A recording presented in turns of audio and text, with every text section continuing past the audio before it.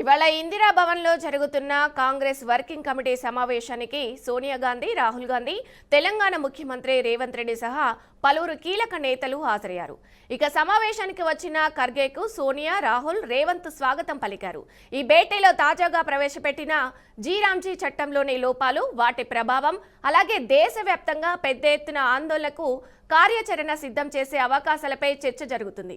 అలాగే మహాత్మా గాంధీ జాతీయ ఉపాధి హామీ పథకం పేరు మార్పు అంశం, ఓటు చోరీ ఆరోపణలు, పార్టీ బలోపేతంపై కూడా నేతలు సమగ్రంగా చర్చించనున్నట్లు తెలుస్తుంది. ఇక దేశవ్యాప్తంగా రాజకీయ వాతావరణాన్ని ప్రభావితం చేసే కీలక నిర్ణయాలు ఈ సమావేశంలో వెలువడే అవకాశం ఉందని పార్టీ వర్గాలు చెబుతున్నాయి. ఇక ఇదే అంశానికి సంబంధించి మరింత సమాచారం మా ప్రతినిధి రామకృష్ణ అందిస్తారు. రామకృష్ణ, చెప్పండి.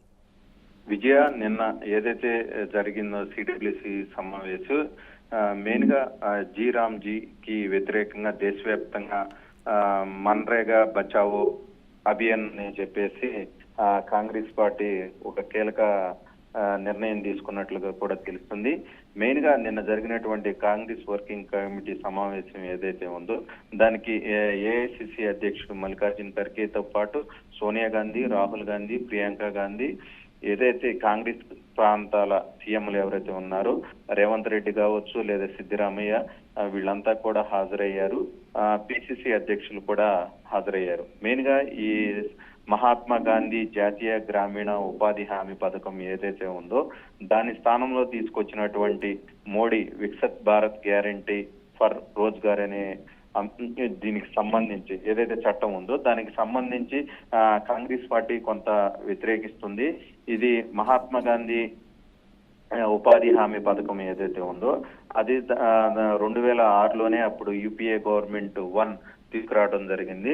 దానికి సంబంధించి గ్రామీణ ప్రాంతంలో ఉపాధి కల్పించడం లక్ష్యంగా ఇప్పుడు ప్రభుత్వం తీసుకొచ్చింది. దానికి వెన్నుపోట్లు పొడుస్తూ ఇప్పుడు ఏదైతే బీజేపీ తీసుకొచ్చిందో దానికి కాంగ్రెస్ పార్టీ తీవ్రంగా వ్యతిరేకిస్తుంది. పార్లమెంట్ లో కూడా దాన్ని సంబంధించి కూడా డిస్కషన్ కూడా జరగకుండానే బిల్లును తీసుకురావడం జరిగింది.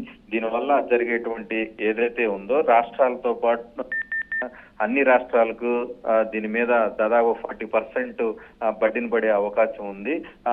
ఇప్పటి వరకు ఏదైతే మహాత్మా గాంధీ ఉపాధి పథకం ఉందో దానికి సంబంధించి పేమెంట్, కూలీలకి సంబంధించి పేమెంట్ ఏదైతే ఉందో అది మొత్తం కూడా 100% సెంట్రల్ గవర్నమెంటే నిధుల నుంచే కేటాయించేవారు. ఇప్పుడు తీసుకొచ్చినటువంటి బీజేపీ తీసుకొచ్చినటువంటి జీరామ్జీ కొత్త పథకానికి రాష్ట్రాలు 40% పే చేయాల్సి ఉంది.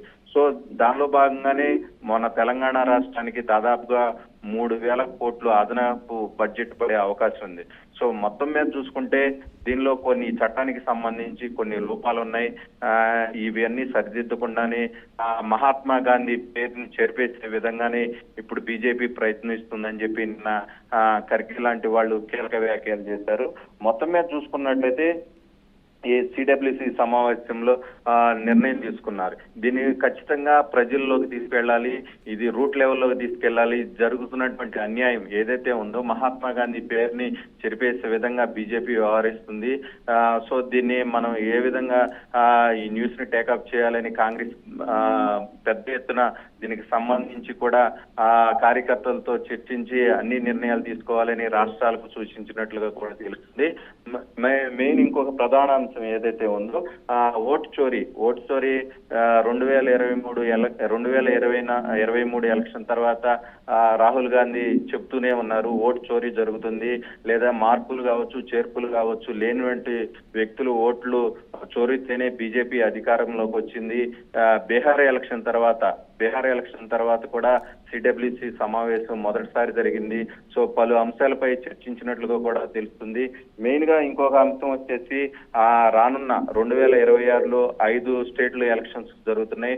5 స్టేట్లకు సంబంధించి కూడా ఏ విధంగా రూట్ లెవెల్లోకి వెళ్ళాలి, కార్యకర్తలతో ఏ విధంగా భేటీ అవ్వాలి, ఖచ్చితంగా 5 రాష్ట్రాల్లో కాంగ్రెస్ పార్టీ గెలవాలనే ఉద్దేశంతో ప్రణాళికలన్నీ రచించాలని చెప్పి రాహుల్ గాంధీ కావచ్చు, ఖర్గే, సోనియా గాంధీ వీళ్ళంతా కూడా సీఎంలతో పాటు పిసిసి అధ్యక్షులకు కూడా దిశానిర్దేశం చేసినట్లుగా కూడా తెలుస్తుంది. మొత్తం మీద చూసుకున్నట్లయితే మెయిన్ గా ఏదైతే ఈ ఉపాధి హామీ పథకం ఉందో దానికి సంబంధించి జనవరి 5 నుంచి కూడా ప్రజా ఉద్యమం చేయాలి, ప్రజల్లోకి తీసుకెళ్ళాలి బలంగా అని చెప్పేసి కాంగ్రెస్ భావిస్తున్నట్లుగా కూడా తెలుస్తుంది విజయ. అయితే ఈ జీరాంజీ లోపాలపై అసలు చర్చించినట్టు తెలిసింది. ఇంకా ఎక్కువగా అయితే ఓటు చోరీపై చర్చించిన అవకాశం కూడా కనిపిస్తుంది. ఇంకా ఎలాంటి అంశాలు చర్చించారంటారు రామకృష్ణ? మెయిన్ గా ఏదైతే పార్లమెంటు శీతాకాల సమావేశాలు జరుగుతున్నాయో ఆ టైంలో కాంగ్రెస్ పార్టీ ఏదైతే కొన్ని నల్ల చట్టాలు బీజేపీ తీసుకొచ్చిందో సో దాన్ని ధర్నాలు రాస్తారోకాలు చేయటం వల్ల కొంత నల్ల చట్టాలకి స్వస్తి పలికారు. అదే విధంగా ఇప్పుడు రామ్జీ చట్టం ఏదైతే ఉందో ఉపాధి హామీ రీప్లేస్ చేసే విధంగా బీజేపీ పార్టీ భావిస్తుంది. సో అదే విధంగా నల్ల చట్టాలకి వ్యతిరేకంగా ఏ విధంగా ఉద్యమం చేశామో దానికి సంబంధించి కూడా ఇప్పుడు కూడా అదే విధంగా చేయాలి అని కూడా కాంగ్రెస్ భావిస్తుంది. మెయిన్ గా చూసుకుంటే పేదల్లో కత్తి దించడం అని ఖర్గే కీలక వ్యాఖ్యలు కూడా చేశారు విజయ. రైట్.